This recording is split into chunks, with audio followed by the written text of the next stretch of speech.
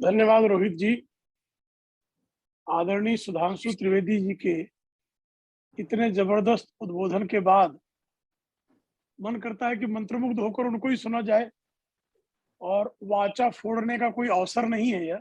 फिर भी आदरणीय सुधांशु त्रिवेदी जी की जो ओजस्वी वाणी है, उस वाणी के बाद जैसे किसी ने जो है पद्य रस बरसाया हो और उसके बाद कोई गद्य गदा भांजे, उसी तरह से मैं गद्य गदा भांजने का प्रयास करूंगा। सबसे पहले मैं आदरणीय रोहित गंगवाल जी और डॉक्टर विजय सोनकर शास्त्री जी के मार्गदर्शन में जिन लोगों ने उत्तर प्रदेश में मोदी फॉर पीएम की जो टीम सक्रिय थी, मेरी आवाज आ रही है आप सबको? सुन पा रहे सर, सुन पा रहे जी, धन्यवाद। उसमें आदरणीय अंकित बर्नवाल जी, आदरणीय पंकज मिश्रा जी, आदरणीय राजेश जोगी जी, आदरणीय राजीव सिंह जी, आदरणीय उमाशंकर सोनी जी समेत जितने भी लोग इस अभियान में जुटे थे, इस अनुष्ठान में जुटे थे, उन सबको मैं साधुवाद देता हूं, उनका अभिनंदन करता हूं। देखिए, हमारे इस कार्यक्रम की सतत अध्यक्षता करने वाले डॉक्टर विजय सोनकर शास्त्री जी के नाम में ही विजय है। ऐसे में विजयोत्सव तो सुनिश्चित था कि विजय जी तो उत्सव ही मनाएंगे, विजय का शोक तो हो ही नहीं सकता है। हमने आज तक सुना ही नहीं कि विजय का शोक भी कहीं होता है। तो ऐसे में आदरणीय विजय सोनकर शास्त्री जी की अध्यक्षता में आदरणीय रोहित गंगवाल जी और उनकी टीम ने जो इन वर्चुअल रैलीज के माध्यम से उत्तर प्रदेश, मणिपुर, उत्तराखंड, गोवा और पंजाब, इन पांचों राज्यों के चुनावों को में भारतीय जनता पार्टी के समर्थकों को प्रेरित करने का जो अनूठा उपक्रम किया, उसके लिए मैं विशेष रूप से सबका, जितने भी लोग इस अनुष्ठान में जिस तरह से भी शामिल हुए, उन सबका मैं अभिनंदन करता हूं। आदरणीय सुधांशु जी ने जो बात जहां छोड़ी, उससे थोड़ा सा आगे मैं अब अपनी बात को बढ़ाता हूं। देखिए, मणिपुर से लेकर सुदूर पूर्वोत्तर और सुदूर पश्चिम में गोमन तक, इन दोनों स्थानों पर भारतीय जनता पार्टी की विजय मिलना यह इस बात का संकेत है कि भारतीय जनता पार्टी के चतुर्दिक विस्तार की जो आवश्यक पृष्ठभूमि थी, वो पूरी तरह से परिपक्व हो गई है, मिट्टी पक गई है। हम लोग 2014 के लोकसभा चुनाव के पहले जब विमर्श में बैठते थे, तो कांग्रेस और उनके बगल बच्चा दलों के जो प्रवक्ता हैं, वो बार बार एक व्यंग कसा करते थे कि भारतीय जनता पार्टी तो राष्ट्रीय दल है ही नहीं, भारतीय जनता पार्टी तो क्षेत्रीय दल है। लेकिन आज जो व्यंग कसने वाली शक्तियां थी, वो विलुप्त प्राय प्राणी होने के कगार पर हैं। उनकी जो दशा है, अगर इसी तरह से आप सबने भारतीय जनता पार्टी के विजय अभियान की गति को बरकरार रखा, तो आने वाले दिनों में इनको अमीबा की शक्ल में आप पाएंगे, और माइक्रोस्कोप के अतिरिक्त जो है, ये आंखों से, खुली आंखों से दिखाई नहीं देंगे। इस स्थिति को सिर्फ 2014 से 2022 इन 8 वर्षों के अंत्योदय और सुशासन के माध्यम से जिस तरह से आखिरी व्यक्ति को सशक्त करने का सत है, उसका सत परिणाम है। मणिपुर में हमेशा ब्लॉकेड हुआ करता था, हम लोग सुनते थे कि ऐसा महीनों तक जो है वो देश से कटा रहता था। 5 वर्षों में मणिपुर में एक ब्लॉकेड, कि मणिपुर देश से कट गया हो, ऐसा एक प्रसंग भी किसी के स्मरण में नहीं होगा। गोवा कहते थे कि वहां तो भाई विधायक बिकाऊ है, पता नहीं कब किसकी सरकार कब पलट दे। लेकिन वहां जब भारतीय जनता पार्टी की अल्पमत के बावजूद बहुमत वाली सरकार बनी, और 5 वर्षों के सुशासन के बाद गोवा की जनता ने यह निर्धार लिया कि नहीं, भारतीय जनता पार्टी को ही स्पष्ट बहुमत देकर गोल्डन गोवा का जो सपना है उसको साकार किया जाए, और स्वर्गीय मनोहर पर्रिकर के स्वप्न को आदरणीय नरेंद्र मोदी जी के नेतृत्व में साकार करने का एक अवसर भारतीय जनता पार्टी फिर से दिया। उत्तराखंड के बारे में भी इसी तरह की बातें थी कि वहां तो दूसरी बार कोई सरकार आती ही नहीं, और जब से उत्तराखंड का निर्माण हुआ, पहला चुनाव 2002 का हुआ से लेके 22, पिछले 4 चुनाव में, 3 चुनाव में यही गति थी। उस जो लोगों ने एक परंपरा के रूप में स्वीकार लिया था कि वहां सरकारों का परिवर्तन 5 वर्ष के बाद सुनिश्चित है, उस इतिहास को भी परिवर्तित करने का कार्य आदरणीय नरेंद्र मोदी जी के मनमोहक नेतृत्व के कारण ही संभव हो सका। और उत्तराखंड में एक बार फिर से चारों धाम को जोड़ने वाले, उत्तराखंड का विकास करने वाले, उत्तराखंड को जुमे के दिन नमाज पढ़ने के लिए छोड़ने वालों को नकार करके, देवताओं की दैवत्व को स्वीकार करके उत्तराखंड के चतुर्दिक विकास का संकल्प लेने वालों को जनादेश दिया है। उसी तरह से उत्तर प्रदेश, और उत्तर प्रदेश की जब हम बात करते हैं, जैसे आदरणीय सुधांशु जी ने बताया कि 1962 के बाद पहली बार किसी को जो है सरकार सतत अवसर प्राप्त हुआ है। मैं उससे आगे मैं कहता हूँ, जो उन्होंने पहले कहा 1937 से 1952 के बाद, भाई 1952 का तो चुनाव, वो चुनाव हुआ था स्वतंत्रता संग्राम की पृष्ठभूमि के कारण, कांग्रेस के अतिरिक्त कोई दल ही नहीं था।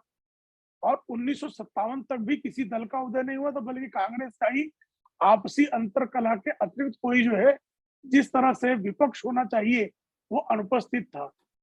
1952 और 57 के चुनाव को भी स्वतंत्रता संग्राम में जो हमारे स्वतंत्रता सेनानियों की पूंजी थी, उस पूंजी को खा जाने वाली पंडित जवाहरलाल नेहरू की जो अपनी नीतियां थी, उसके कारण वो थे। वहां पर सही मायनों में अगर कोई चुनाव विकास के नाम पर पिछले 70 वर्षों में हुआ तो वह चुनाव 2022 का था। जो लोग कहते थे कि उत्तर प्रदेश को जातीय जंजाल से मुक्त नहीं कराया जा सकता, विकास के नाम पर चुनाव नहीं हो सकता, उस उत्तर प्रदेश में आदरणीय नरेंद्र मोदी जी के मार्गदर्शन में और आदरणीय योगी आदित्यनाथ जी के नेतृत्व में 5 वर्षों में जिस तरह से अंतिम आदमी के जीवन में गुणात्मक परिवर्तन करने का कार्य हुआ, उसका सत्परिणाम है कि उत्तर प्रदेश ने एक बार फिर सिर्फ बहुमत नहीं दिया है, बल्कि 2/3 बहुमत दे दिया है। 1993 से एक बड़ी टीस मन में हुआ करती थी हम लोग को। 1993 में जब बाबरी ढांचे का विध्वंस हुआ, उस विध्वंस के बाद लगा था कि राम लहर में भारतीय जनता पार्टी की सरकार फिर से बनेगी। तब यही समाजवादी पार्टी और बहुजन समाज पार्टी के गठजोड़ ने उत्तर प्रदेश में राम लहर के बावजूद सरकार आने की हमारी जो क्षमता थी, उस क्षमता को पराजित करने का कार्य किया था। और उत्तर प्रदेश में भारतीय जनता पार्टी की जब सरकार नहीं बनी तो व्यंग कसा गया था, मिले मुलायम कांशी राम, हवा में उड़ गए जय श्री राम।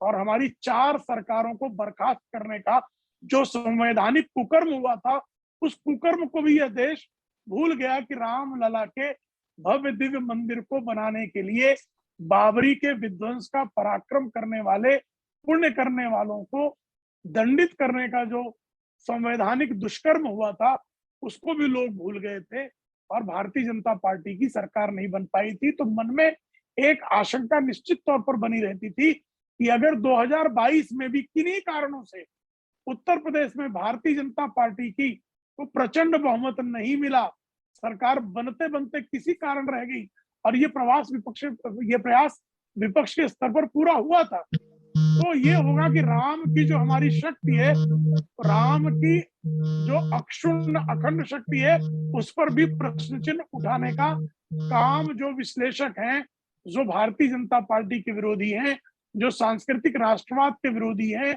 वो निश्चित तौर पर करेंगे। लेकिन चूंकि 2019 के परिणामों के बाद और जब रामलला के भव्य दिव्य मंदिर का निर्माण कार्य प्रारंभ हुआ, तब भी यदि सरकार नहीं आती तो अयोध्या और काशी में बैठे हमारे जो महादेव और प्रभु श्री रामचंद्र जी हैं, उनकी शक्ति पर भी प्रश्न चिन्ह लगाने से लोग संकोच हमारे विरोधी नहीं करते। ऐसे में 2022 की सरकार आने के बाद रामत्व का विजय हुआ है, प्रभु महादेव की जो शक्ति है उसकी विजय हुई है और मथुरा को भी एक बार फिर से सजाने का सुअवसर जनता ने प्रदान किया है।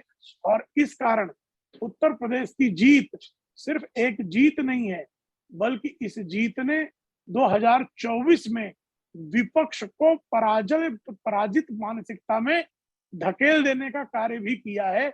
और विपक्ष के समझ में इस समय नहीं आ रहा है कि वह एकीकृत होकर भी भारतीय जनता पार्टी का मुकाबला किस तरह से करे। ये निश्चित तौर पर अत्यंत हर्ष का विषय, क्योंकि उत्कर्ष हमेशा हर्ष का विषय होता है। लेकिन ये मन में एक चीज अब भी है कि हम पंजाब में क्यों आगे नहीं बढ़ पा रहे। भाई उत्तर में जब पूरा उत्तर भारत भारतीय जनता पार्टी में हो गया है, जम्मू एवं कश्मीर में भी भारतीय जनता पार्टी की सशक्त उपस्थिति हो चुकी है। उत्तर प्रदेश में भारतीय जनता पार्टी की दूसरी बार सरकार आई है। भी तमाम प्रयासों के बावजूद विरोधियों के हम जीतते रहे हैं। हमारे पास हिमाचल है, हमारे पास हरियाणा है, हम राजस्थान में आने वाले हैं, ये सुनिश्चित है, ये संकेत है। तो पंजाब हमसे बचा क्यों रह गया? और सीमांत प्रांत पंजाब हमारे हाथ में आना चाहिए। इसके लिए भी हमको जो है सक्रिय होने के लिए, इसके लिए भी हमको दृढ़ प्रतिज्ञ होना पड़ेगा। और दक्षिण में भी या पूरब में जैसे उड़ीसा बाकी है, बंगाल की हार का दर्द हमारे सीने में दफन है, उसको भी हमको विजय में परिवर्तित करना है। उसी तरह से दक्षिण के जिन प्रदेशों में भारतीय जनता पार्टी को आज भी लोग गंभीरता से नहीं ले रहे हैं, उन प्रदेशों में भी आने वाले दिनों में भारतीय जनता पार्टी की सरकारों को बनाने के लिए हम सबको संकल्पबद्ध होना पड़ेगा। और समग्र भारत में चप्पा चप्पा भाजपा का जो नारा है उसको साकार करना है, ताकि प्रभु राम, प्रभु कृष्ण, भगवान महादेव की नीतियों वाला भारत हम पुनर्निर्मित कर सकें। तब हम भारत को विश्व गुरु के प्रतिष्ठा पर प्रतिष्ठित करना हमारे लिए संभव हो सके। यह संकल्प लेना, देखिए बातें बहुत की जा सकती है, समय की सीमा है और मुझे डॉक्टर विजय सोनकर शास्त्री जी टोक दें उसके पहले मैं अपनी बात जो है समाप्त करता हूं। एक बार फिर से जितने लोग इस अनुष्ठान में शामिल हुए उन सबका मैं अभिनंदन करता हूं, उन सबको साधुवाद देता हूं और एक बार फिर से भगवान श्री राम जी की का जयकारा करते हुए जय श्री राम, भारत माता की जय, श्री राम, वंदे मातरम। जय वंदे मातरम।